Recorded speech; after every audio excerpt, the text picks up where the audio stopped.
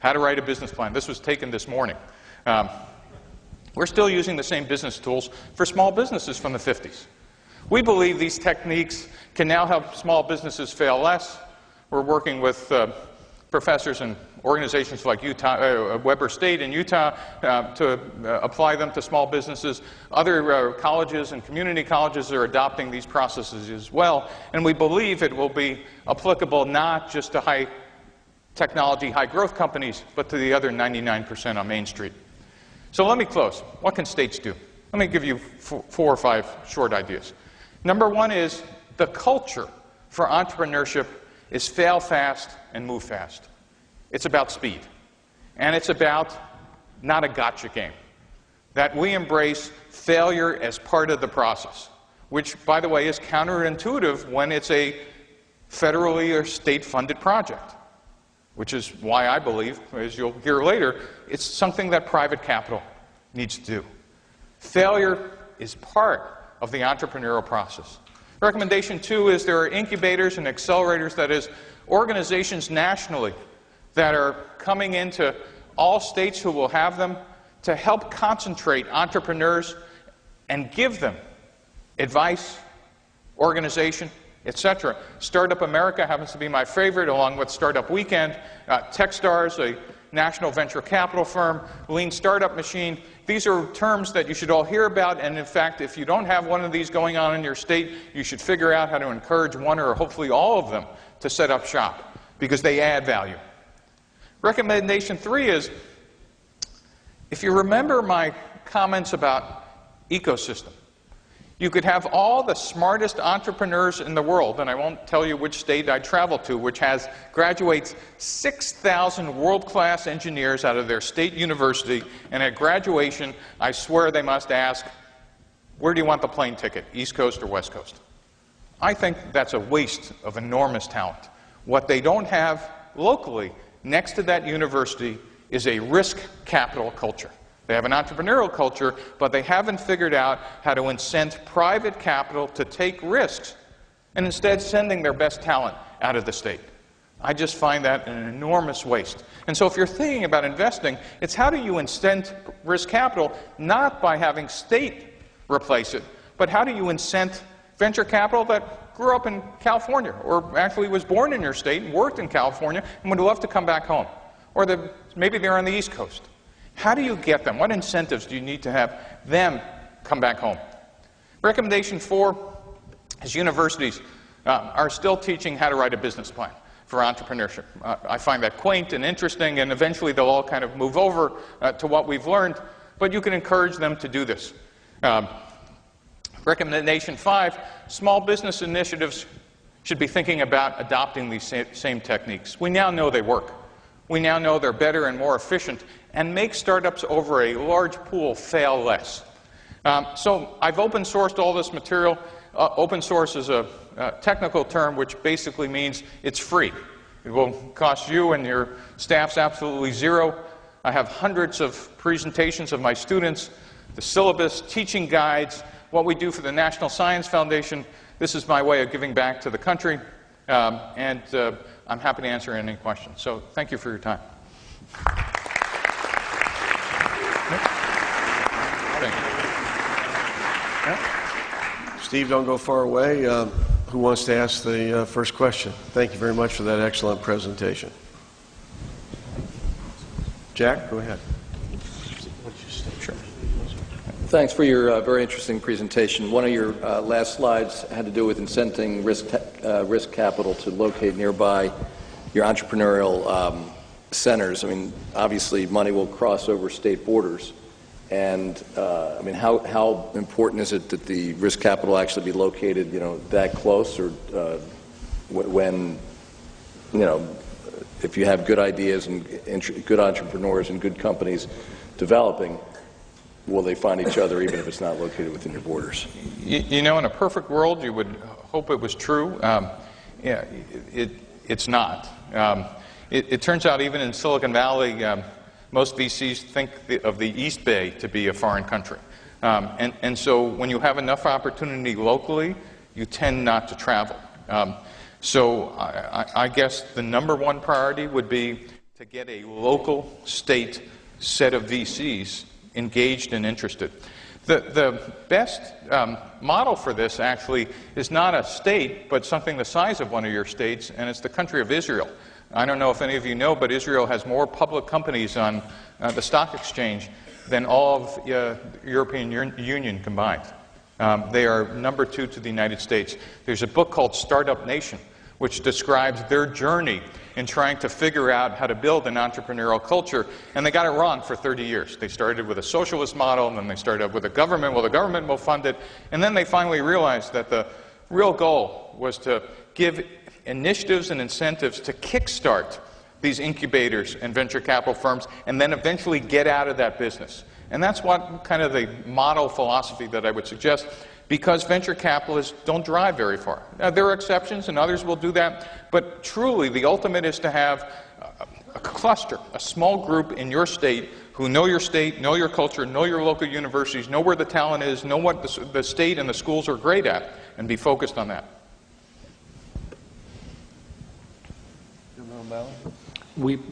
In Maryland, we partnered with, we created an entity called the Maryland Israel Investment Fund, and it's really, it's been a great partnership, identifying that pipeline to accelerate innovation, create the jobs, fail fast, move fast. Cool.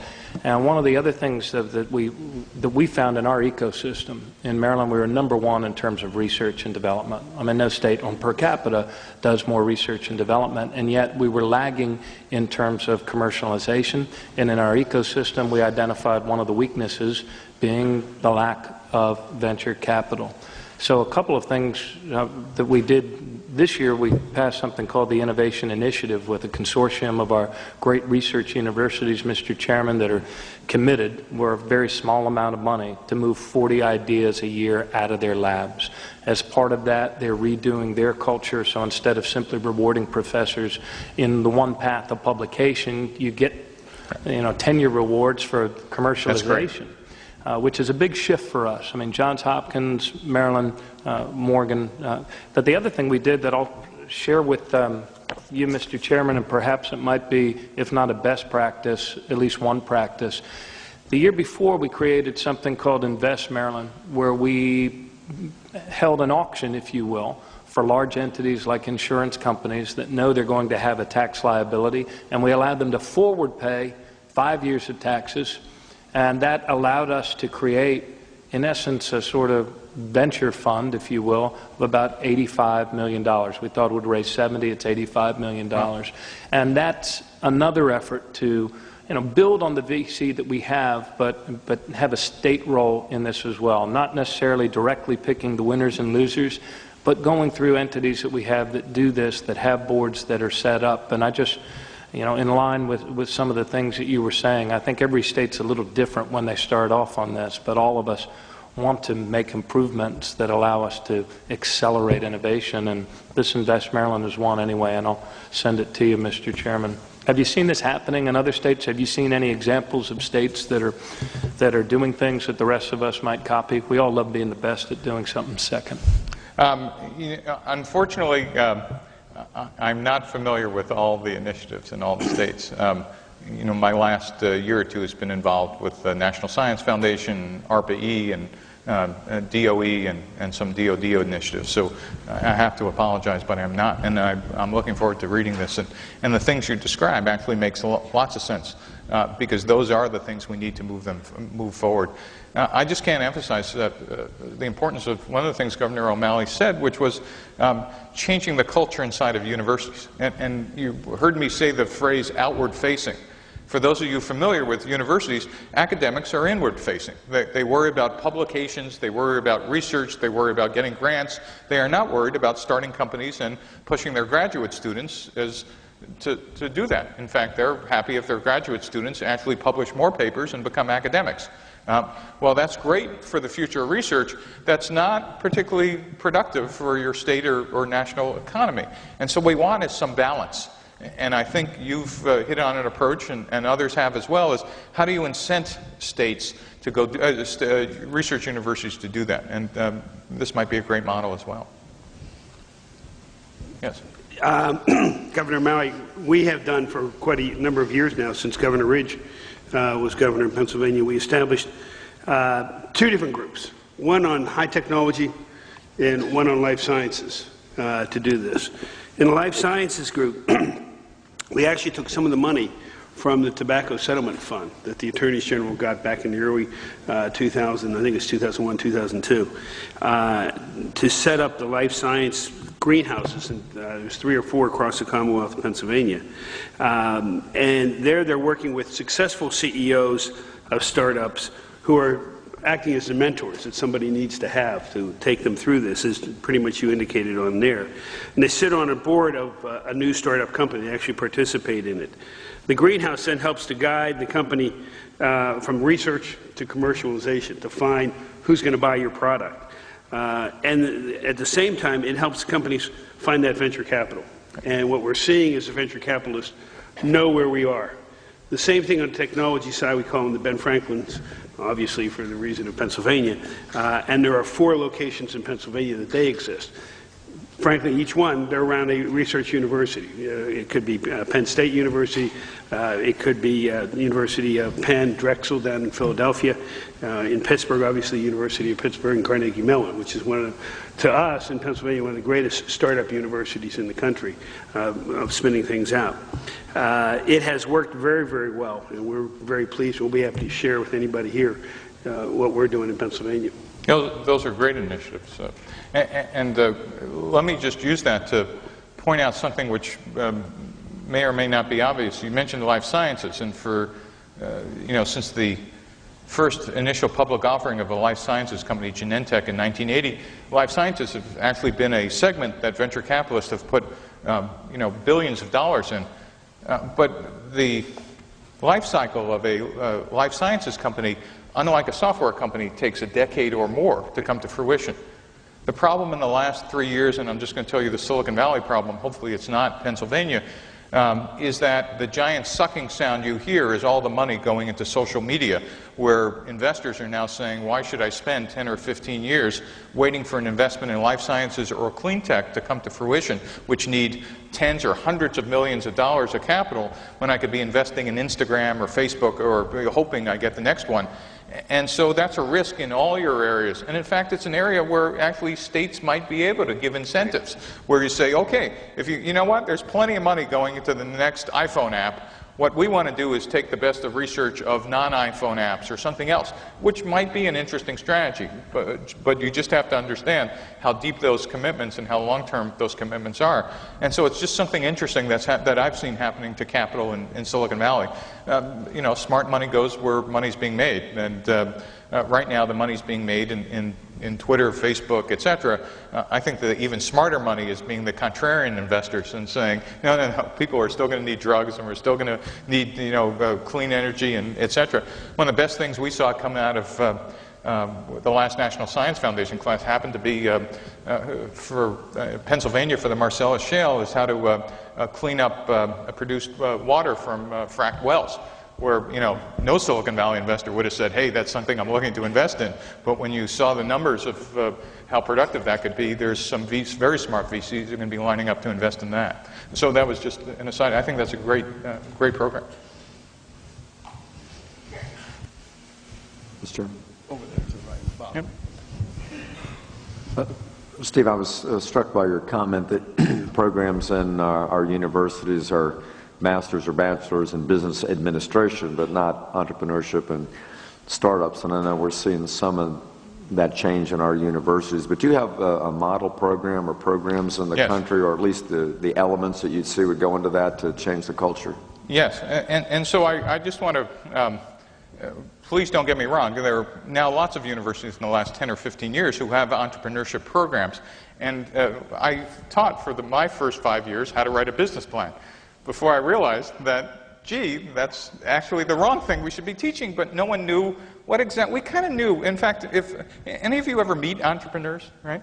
Any of you ever see them? They're crazy people, right? I mean, they're not normal people. They dress funny. You know, sometimes you worry where they check for weapons. I mean, they're just. But we kind of knew this and other things about entrepreneurs. But we had no methodology to kind of connect. Well, we know they're different, but why? Wait a minute. We know they move at a speed that you don't move in a large company, but why? We know that they write business plans and then ignore them after they get funded, but why? And so we had no replacement for all this stuff. And it's only in the last couple of years that we've put together what we call this Lean Launchpad curriculum that we now share. And so there's a 100-page teaching guide. We're now training other instructors through there's a nonprofit called NCIIA.org, which offers training for other universities and colleges interested in teaching this curriculum.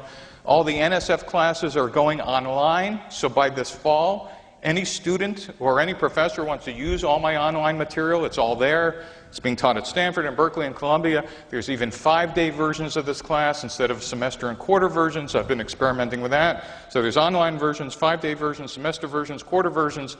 Lots of other people are teaching it, and we're happy to share it.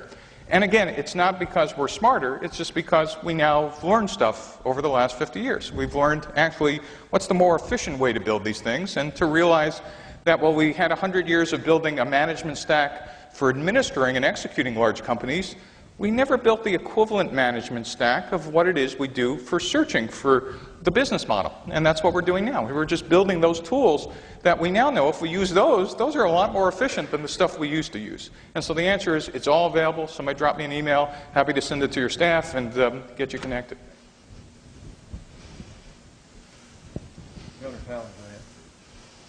Thank you so much for your presentation. I'm going to check on your Lean Launchpad because my son is in the School of Entrepreneurship at the University of Oklahoma, and I've been to his class presentations where he had to develop a product, worked on a team, did write a business plan, did have his customers. We went to go sell his product, and then we had to report the financial statements of how much he made or didn't make, but that was all fun.